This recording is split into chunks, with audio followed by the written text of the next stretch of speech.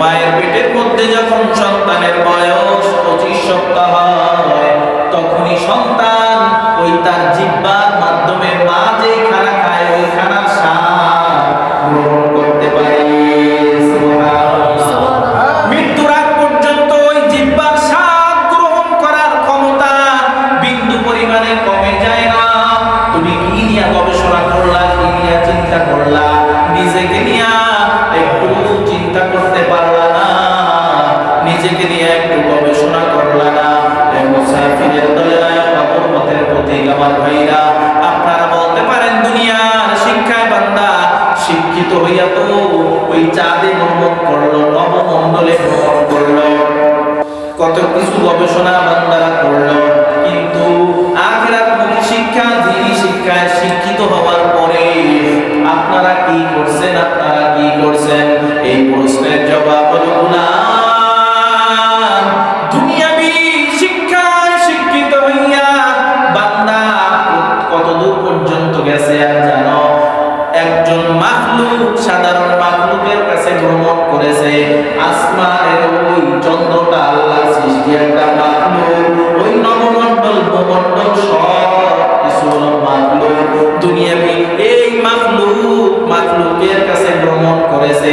আর আখিরাতমুখী শিক্ষায় বান্দা মাখলুকের কাছে ভ্রমণ করে না, বরং মাখলুক সরাসরি খালেকের সঙ্গে ভ্রমণ করবে। हकीकत से तो दुनिया बेखबर है, दुनिया की नुमाइश पर नजर है। नबी गोयम के अज दुनिया जुदा बाश, बहर हारे के बाशी बा खुदा बाश। जिसते दुनिया अज खुदा गाफिल बुदा,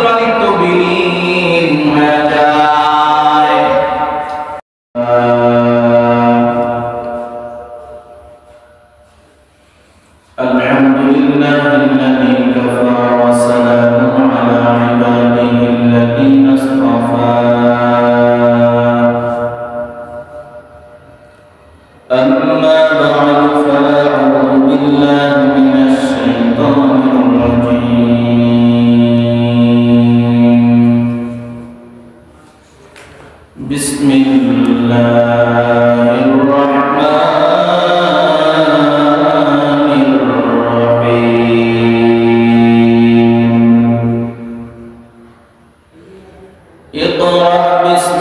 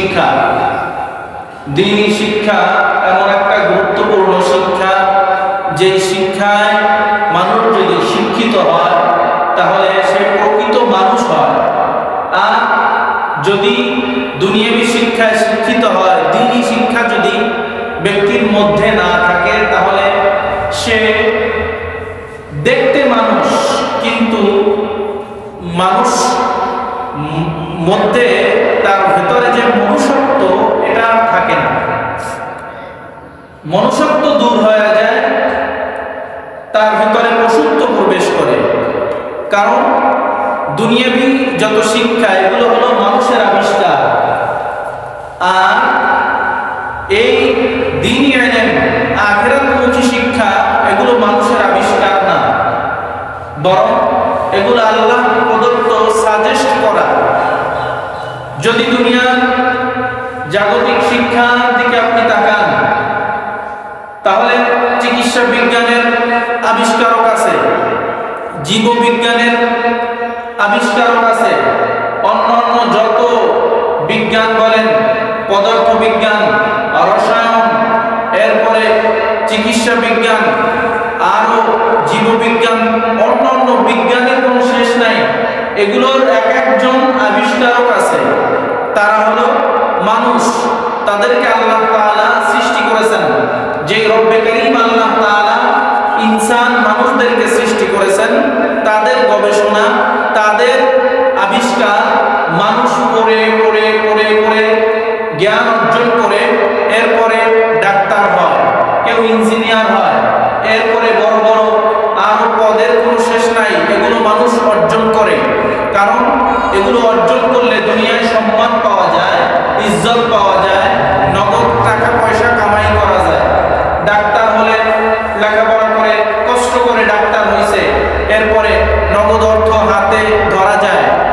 এই অর্থের মাধ্যমে বাড়িঘর, আসবাবপত্র ক্রয় করা যায়, জীবন জীবিকা চালানো যায়। কিন্তু আমরা যে এই আখিরাতের শিক্ষার কথা বলি, এর ফায়দা কি, এর লাভ কি? বলে এই শিক্ষা অর্জন করলে তুমি জান্নাতে যাইবা, সওয়াব হবে, নেক হবে। কিন্তু আমরা এই সওয়াবগুলো মানুষকে দেখাতে পারি না, নেকগুলো মানুষকে দেখাতে পারি না, ধরাতে পারি না, এবং এই জান্নাত মানুষকে আমরা দেখাতে পারি না। এগুলো হলো বাকি। এখন প্রশ্ন করবেন যে দ্বীনি শিক্ষার এত গুরুত্ব, তাহলে আমরা তো বিজ্ঞ হয়ে গেছি, আবার অনেকের ছেলে মেয়ে ডাক্তার, ইঞ্জিনিয়ার, বড় বড় চাকরিজীবী হয়ে গেছে, তাহলে কি তারা সবাই জাহান্নামে যাবে? না, বিষয়টা এমন না যে দুনিয়াবী শিক্ষা অর্জন করলেই সে জাহান্নামী হয়ে যাবে, বিষয়টা এমন না। বরং দুনিয়াবী শিক্ষায় ব্যক্তি শিক্ষিত হোক, তাতে কোনো আপত্তি নাই, কোনো সমস্যা নাই। কোনো এলাকায় একজন যদি আলেম হয়, একজন যদি দ্বীনি শিক্ষায় শিক্ষিত হয়, তাহলে গোটা এলাকার হক আদায় হয়ে যায়। যেভাবে জানাজা নামাজ ফরজে কিফায়া, এলাকার মুষ্টিময় কিছু মানুষ যদি এই জানাজা নামাজ আদায় করে, তাহলে জানাজার এলাকার সব মানুষের জানাজার হক আদায় হয়ে যায়। ঠিক প্রত্যেক ঘরে ঘরে আলেম, মাওলানা, হাফেজ, মুফতির কোনো প্রয়োজন নাই। যদি এলাকার মধ্যে 2, 4 জন, 5 জন, 10 জন দ্বীনি ইলম অর্জন করে দ্বীনি শিক্ষায় শিক্ষিত হয়, তাহলে হক আদায় হয়। কিন্তু কথা হলো প্রত্যেক মুসলমানের উপরে দ্বীনি ইলম শিক্ষা করা হলো ফরজ। নবীজি সাল্লাল্লাহু আলাইহি ওয়াসাল্লাম বলেন, ক্বালান নবিয়্যু সাল্লাল্লাহু আলাইহি ওয়াসাল্লাম, قال النبي صلى الله عليه وآله وسلم طلب العلم فريضة على كل مسلم। প্রত্যেক নর-নারীর উপরে দ্বীনি ইলম শিক্ষা করা হলো ফরজ। এখন আপনি বৃদ্ধ হয়ে গেছেন, মাদ্রাসায় পড়তে পারেন নাই, হাফেজ হতে পারেন নাই, মাওলানা হতে পারেন নাই, মুফতি হতে পারেন নাই, অন্যান্য এই লাইনে যত টাইটেল আছে এগুলো আপনি অর্জন করতে পারেন নাই, সমস্যা নাই, কোনো সমস্যা নাই। কারণ আপনার জন্য রয়েছে সুবর্ণ সুযোগ আপনার ইবাদত করার জন্য, ফরজ ইবাদত করার জন্য যেই সমস্ত ইলমগুলো দরকার, প্রয়োজন, এইগুলো আপনার আমার এখন শিখতে হবে, জানতে হবে। না জানলে মানা যায় না। নামাজ আদায় করবেন, অজু করতে হবে, অজুতে কয়টা ফরজ, কিভাবে অজু করবেন, এগুলো আপনার জানা ফরজ। নামাজ আদায় করবেন, নামাজ ভঙ্গের কারণ কয়টা, নামাজ কিভাবে মাকরুহ হয়, কোন কাজ ছুটিয়ে গেলে সাজদায়ে সাহু আপনার উপরে ওয়াজিব হয়, এগুলো আপনার আমার জন্য জানা একান্ত ফরজ। এই জন্য মুরব্বীদের এই জানার জন্য চরমনাই তরিকায় দেখবেন হালকায় জিকির হয়, মাসিক ইজতেমা হয়, এবং সার্সিনা সাপ্তাহিক জলসা হয়, মাসিক জলসা হয়, এগুলোতে আপনাকে এগুলো হাতে ধরে ধরে আপনার এই আমলগুলো কিভাবে করবেন এগুলো শেখানো হয়। চরমনাইয়ের ময়দানে শুধু বয়ান আর বয়ান হয় না, দিনের বেলা দেখবেন যারা গেছেন হাতে কলমে আপনি নামাজ কিভাবে পড়বেন নামাজের প্রশিক্ষণ দেওয়া। বৃদ্ধ হয়ে গেছেন, এখন আর মাদ্রাসায় যাওয়ার সুযোগ নাই, আপনি হালকায় জিকিরে যান, মাসিক ইস্তেমায় যান, চরমনাইয়ের মাহফিলে যান, এগুলো শিখতে পারবেন। তাবলীগের সঙ্গে সময় লাগান, এগুলো শেখা যাবে। তাবলীগের সাথী ভাইরা হাতে ধরে ধরে নামাজ, ওযু, ইস্তিনজা কিভাবে করবেন, নিজেকে কিভাবে পবিত্র রাখবেন, এগুলো হাতে ধরে ধরে আপনাকে আমাকে শেখায়। এজন্য মুসলমান নর নারীর উপরে দ্বীনি ইলম শিক্ষা করা রব্বে কারীম আল্লাহ তাআলা ফরজ করে দিয়েছেন। তোমার আমার এই দ্বীনি ইলমগুলো শিক্ষা করা প্রয়োজন। আপনি যদি নামাজ ঠিকমতো আদায় না করতে পারেন, কিয়ামত পর্যন্ত তাহাজ্জুদের নামাজ আদায় করবেন, ওয়াজিব নামাজ, নফল নামাজ আদায় করবেন, ফরজের পাশাপাশি এই সারা রাত জেগে জেগে তাহাজ্জুদের নামাজ আদায় করবেন, কিন্তু ওযু কিভাবে করে এগুলো আপনি জানেন না, গোসল কিভাবে করে এগুলো আপনি জানেন না, নামাজের ওয়াজিব, সুন্নাত, মুস্তাহাব, নামাজ ভঙ্গের কারণ, ওযু ভঙ্গের কারণগুলো আপনি জানেন না। কিয়ামত পর্যন্ত অপবিত্র অবস্থায় নামাজ আদায় করতে থাকলে এই নামাজ আমার রব, আমার মালিক, আমার আল্লাহ দরবার পর্যন্ত গিয়ে পৌঁছবে না। এজন্য দুনিয়াবি শিক্ষায় শিক্ষিত হন, ডাক্তার হন, ইঞ্জিনিয়ার হন, মাস্টার হন, প্রফেসর হন, কোনো আপত্তি নাই, যদি মালিক আল্লাহর পরিচয় আপনার আমার মধ্যে না থাকে, তাহলে কিয়ামত পর্যন্ত আপনার আমার মাধ্যমে ইবাদত কোনোদিন সম্ভব হবে না। আল্লাহর পরিচয় নেওয়া লাগবে, আল্লাহর পরিচয় নাও, এরপরে আবার আল্লাহর কবরে গিয়ে ঘুমায়ো। আল্লাহর পরিচয় যদি না নিয়ে আল্লাহর ঘর অন্ধকার কবরের দিকে রওনা দেয়, তাহলে ওই কবরের মধ্যে আযাব এবং গজবের কোনো শেষ থাকবে না। দুনিয়াবি শিক্ষা কখন খারাপ?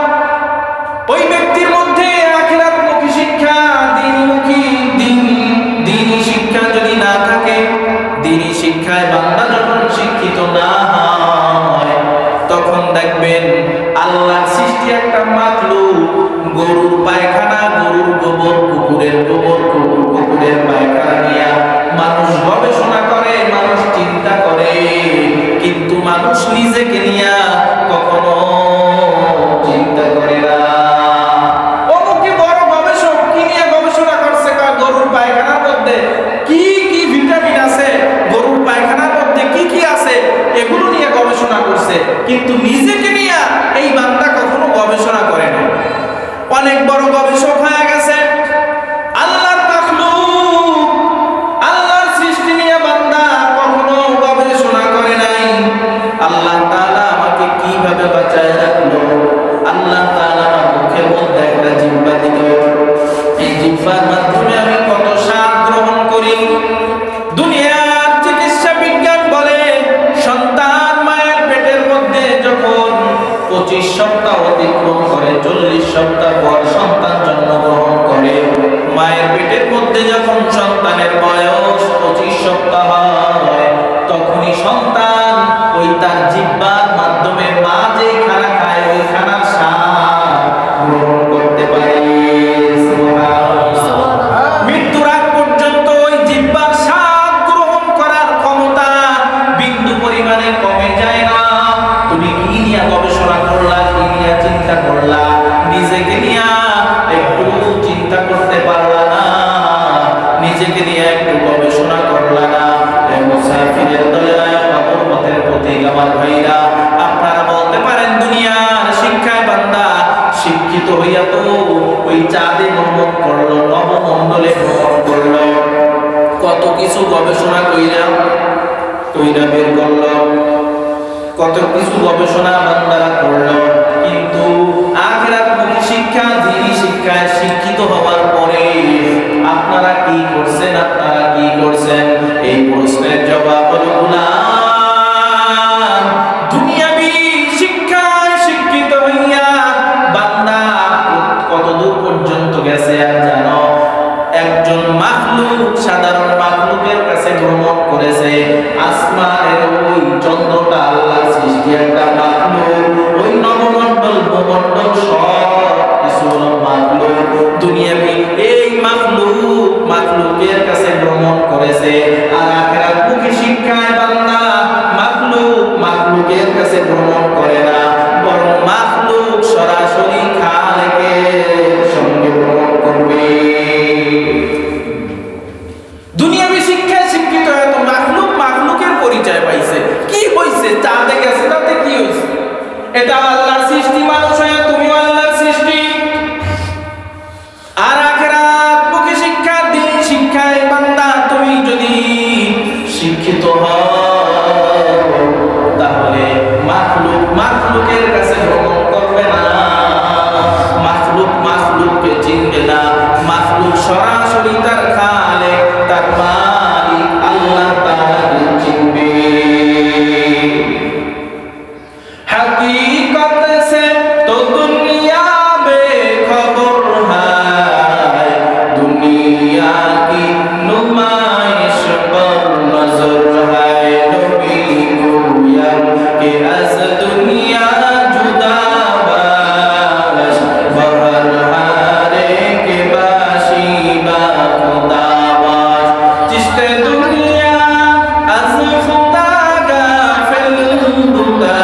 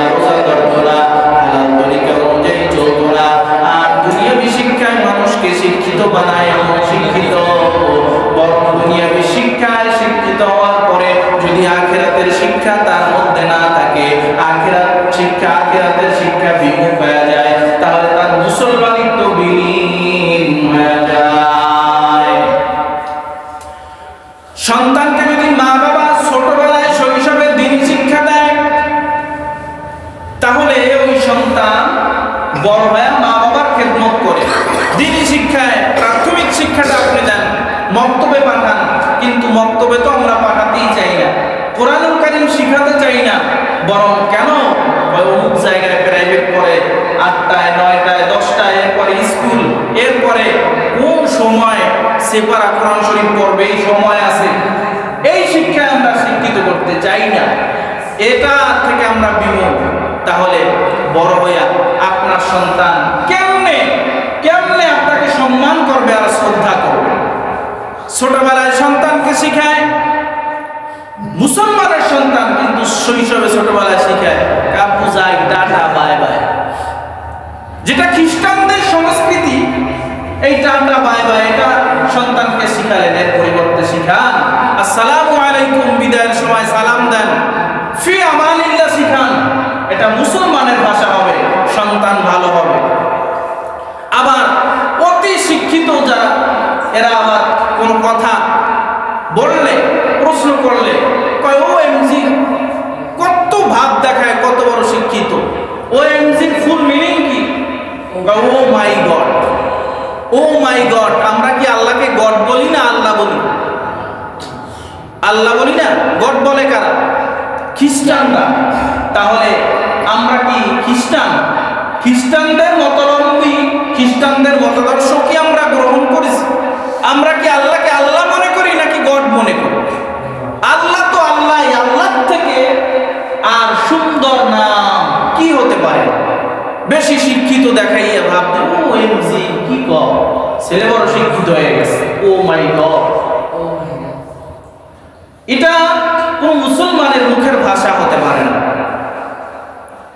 এই দিন শিক্ষা যারা ছোট তাদের জন্য মক্তব মাদ্রাসা, যারা বৃদ্ধ হয়ে গেছে তারা কোথায় শিখবে? তাদের শিখতে হলে তারা দৌড়ায় ওয়াজ মাহফিলের প্যান্ডেলে, এরপরে তাফসির মাহফিলে, জুমার দিন আগে ভাগে আসে যে দিনের কিছু কথা শোনা যায় কিনা, শেখা যায় কিনা, আবার তাবলিগে যায়, সময় লাগায়, আবার চরমনায় মাহফিলে যায়, সারসিনার মাহফিলে যায়, নেসারাবাদের মাহফিলে যায়। কি উদ্দেশ্য কি? বলে দিন শেখার জন্য। এখন মাহফিলগুলো তো আমাদের সার্কাসের ময়দান হয়ে গেছে। 2 দিন আগে দেখলাম মস্ত বড় ভাইরাল বক্তা কোরআন তেলাওয়াত করে, আয়াতের আগামাতা, বাকি মাঝখানে আয়াত নাই। কিরে? এরপরে মন দিয়ে শুনি খুতবা সহ আয়াত হাদিস যা পড়লো সব শুধু অশুদ্ধ না, বরং অশুদ্ধতে ভরা। বলে ভাইরাল হইল কেমনে? বর্তমানে সুন্দর একটা টেকনিক যে ফেসবুক ইউটিউবে যদি বাবার জায়গা জমিন বেচে কিছু টাকা ওখানে ইনভেস্ট করা যায়। ব্যবসায় মানুষ ইনভেস্ট করে না, আমাদের মতো অনেক হুজুররা আছে ধর্ম ব্যবসায় কিছু ইনভেস্ট করে, যে এই আলু গাছ তো আমি বাজারে বসে বিক্রি করতে পারবো না, মুখের একটু চাপা আছে, তাই একটু ফেসবুক ইউটিউবে আমরা এটা বুস্ট করি। অনেক ভাষা যেগুলো আধুনিক ভাষা মুরব্বীরা বুঝবেনও না, যে আমি ওখানে একটু টাকা লাগাই, টাকা যত টাকা দিবে অত ভাইরাল হবে, অত বেশি মানুষে দেখবে, 2-4টা দাওয়াত পাবে। তো আমি এটাকে দিনের প্রচার বলি না, বরং এটাকে বলি আমি ধর্মে ব্যবসার মতো। তুমি এই টাকা দিয়ে তো অন্য ব্যবসাও করতে পারতা, তা না কইরা এই ধর্ম ব্যবসা শুরু করছে। এটায় ফায়দা কি, লাভ কি? বরং মূর্খ মানুষ যদি মানুষের সামনে বয়ান করে, ইলম নাই, কালাম নাই, সুর আছে, কোরআনের আয়াত ঠিক মতো পড়তে জানে না, হাদিস ঠিক মতো জানে না, ওদিকে স্কুলে পড়ছে, এরাও লাগায় মাওলানা, দাখিল পাস এরপরে মাওলানা, 8 পাস এরা মাওলানা। এত হস্তা হয়ে গেছে মাওলানাটা। আমরা একদম 18-20 বছর পরে এরপরে হয়েছি মাওলানা। আর যারা মাদ্রাসার বারিন্দায় পাড়া দেয় নাই, এমন বক্তার অভাব নাই, এরা লেখে মাওলানা, জীবনে মাদ্রাসায় পড়ে নাই। কারণ এ ব্যবসা তো খারাপ না, ভালো একটা প্রাইভেট কার নিয়ে গেলে 20,000 টাকা কম দিতে পারে, আরো সম্মান, মুরগির গোস্ত, গরুর গোস্ত, আরো কত সম্মান আর মর্যাদা, এগুলো ধোঁকাবাজি ছাড়া মূলত কিছু না। আর আমরা মনে করি মস্ত বড় হুজুরে কইছে, খারাপ কইতে পারে, কিন্তু এই দ্বীন ইসলামের আমরা অপব্যাখ্যা করি। এমন এমন ঘটনা আমাদের ওলামায়ে কেরাম বয়ান করে, যেই বয়ানগুলো আপনাদের মুখস্থ, অথচ কোরআন হাদিসের মধ্যে এই বয়ানগুলো আমরা কোথাও পাই না, কোথাও নাই। বানোয়াট একটা বয়ান, কিসসা কাহিনী মানুষের সামনে বইয়া দিলাম। তাহলে মানুষ দিন শেখার জন্য মাহফিলে যায়, দিন শেখার জন্য মসজিদে যায়, দিন শেখার জন্য তাবলিগে যায়, দিন শেখার জন্য চরমোনাই যায়, সারসিনা যায়, অন্য হক্কানি দরবারগুলোতে যায়। এখন সেখানে যায় যদি দিন শেখার পরিবর্তে শিখে গীবত, শেখে যদি অন্য মানুষের কিভাবে ক্ষতি করবা এগুলো যদি শিখে, তাহলে ওখানে যাওয়ার দরকার। তাবলিগে গিয়া যদি শিখে যে তোমরা 2 গ্রুপ, এক গ্রুপ অপর গ্রুপের সঙ্গে মারামারি করবা, তাহলে ওই তাবলিগে যায় লাভ। চরমোনাই যাই যদি আপনি নামাজ না শিখতে পারেন, রোজা কিভাবে রাখবেন, ওযু কিভাবে করবেন, গোসল কিভাবে করবেন, তায়াম্মুম কিভাবে করবেন, এগুলো যদি না শিখতে পারেন, যায় লাভ। এজন্য যাদের সন্তান আছে অন্তত প্রাথমিক শিক্ষাটা তাদেরকে দ্বীনি শিক্ষা দেন, এরপরে যা পড়ান বাংলা ইংরেজি ডাক্তার কবিরা যা বানান এরপরে বানান, সমস্যা কি? আপনার খেদমত করবে ইনশাআল্লাহ।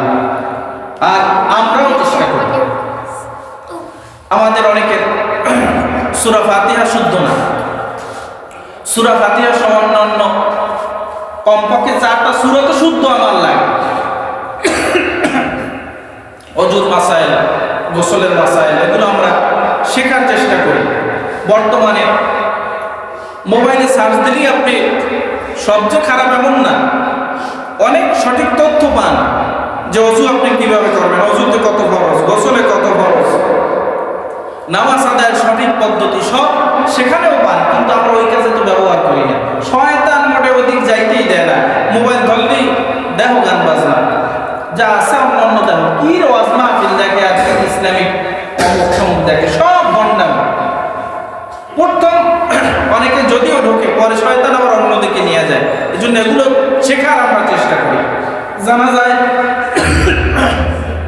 দাঁড়াইলে আমরা বলি নিয়াতে বলতে দেন, কে এত মেধা আপনার, এত ক্লিয়ার যে একবার বললেই জানা যায় বলছে আপনার মুখস্থ হয়ে যায়, দোয়াটা বলে দেন, এত মেধা ক্লিয়ার যায়, এত বড় দোয়াটা একবার বলবো আপনার হয়ে গেছে। বাড়িতে বসে কি করছেন? তখন একটু শিখতে পারলেন না, নামাজের 5 মিনিট আগে আসেন, হুজুরের কাছে জিজ্ঞেস করেন, অন্তত দৈনিক অল্প অল্প করে শেখেন, এক স্টেপ অল্প 2-4 অক্ষর করে শেখেন, 1 মাসে দেখা যায় হয়ে যাবে। তা না করে হুজুর জানাজা হয়ে দোয়াটা কইয়ে দেন, বাবার জানাজা পড়ে বোবার মতো দাঁড়াইয়ে থাকে, দোয়াটা পর্যন্ত করতে পারে না, আফসোস।